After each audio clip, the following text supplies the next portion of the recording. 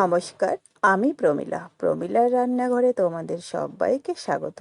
আমি আজকে সয়াবিনের একটা একদমই নতুন ধরনের রেসিপি তোমাদের সঙ্গে শেয়ার করব।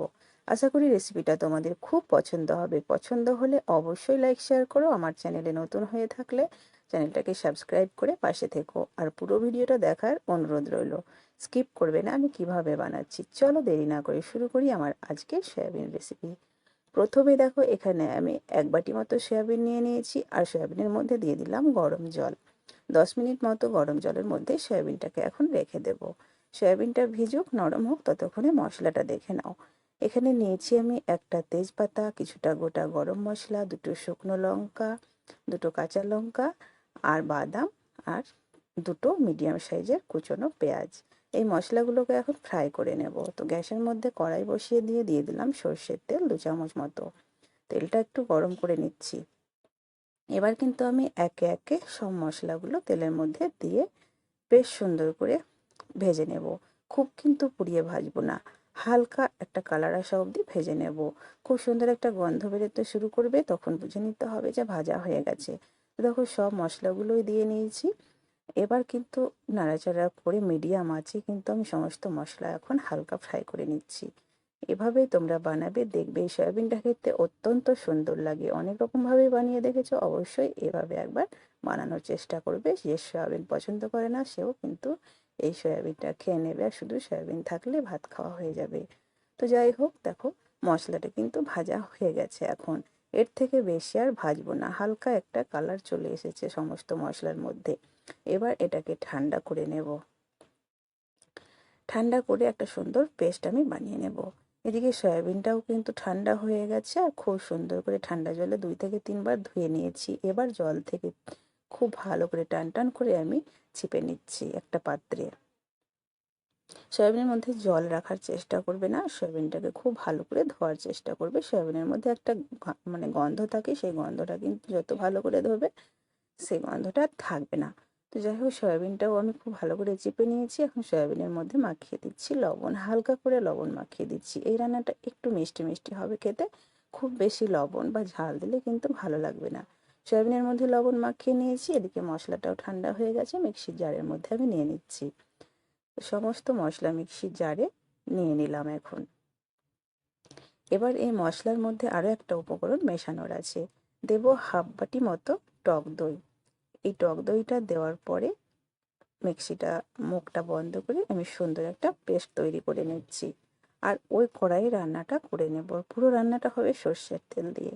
কড়াই বসিয়ে দিয়েছি, গ্যাসটাকে মিডিয়ামে রেখেছি। এখন তেল দিয়ে দিলাম, তেলটাকে ভালো করে গরম করে নিচ্ছি। এবার প্রথমে কিন্তু সয়াবিনটাকে ভেজে নেব। সয়াবিন কিন্তু দিয়ে একটু নাড়াচাড়া করতে হবে যাতে করে ধরে না যায়, সেদিকে খেয়াল রাখবে।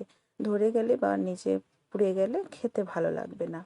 তো যাই হোক, আমার সয়াবিনটা একটু কিন্তু ধরে গেছে। তো এটা খুব পুড়ে যায়নি, এর থেকে বেশি ভাজলে পুড়ে যাওয়ার সম্ভাবনা আছে, তাই আমি কিন্তু নামিয়ে নিলাম সয়াবিনটাকে।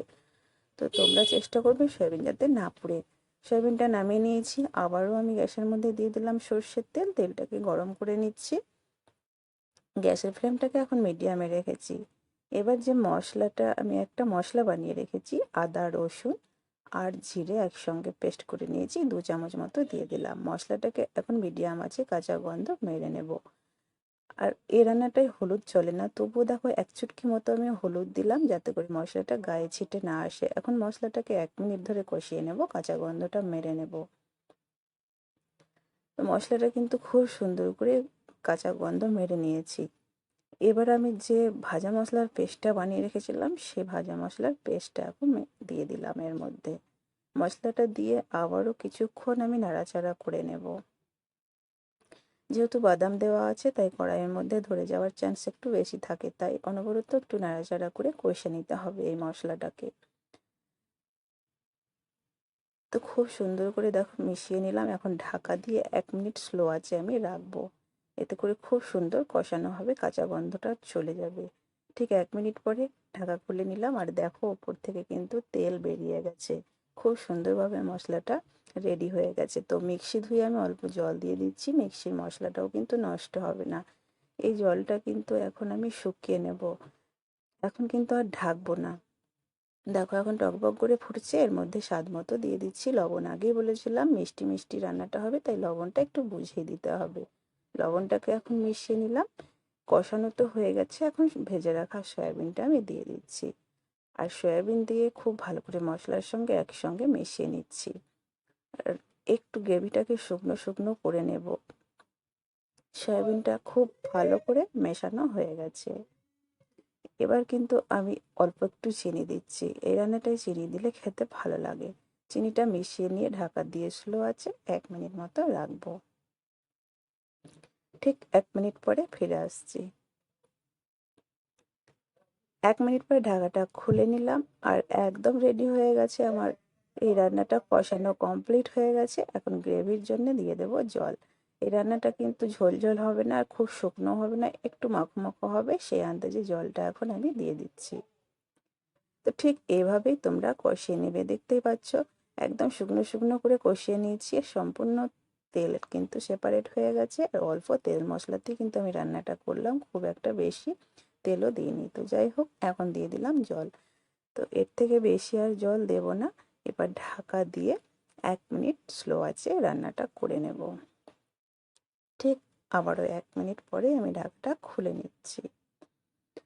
রান্নাটা কিন্তু আমার একদমই রেডি হয়ে গেছে। নামানোর আগে আরও একটা উপকরণ দিয়ে নামিয়ে নেব। এই উপকরণটা দিলে এই রান্নাটার টেস্ট আরও বেড়ে যায়।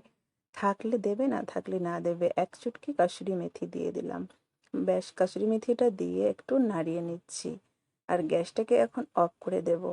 আর এখন গরম গরম সার্ভ করার পালা নামিয়ে নিয়ে। তো আশা করি তোমাদের রেসিপিটা ভালো লাগলো। ভালো লাগলে লাইক করো, শেয়ার করো। চ্যানেলে নতুন হয়ে থাকলে প্লিজ সাবস্ক্রাইব করতে ভুলো না।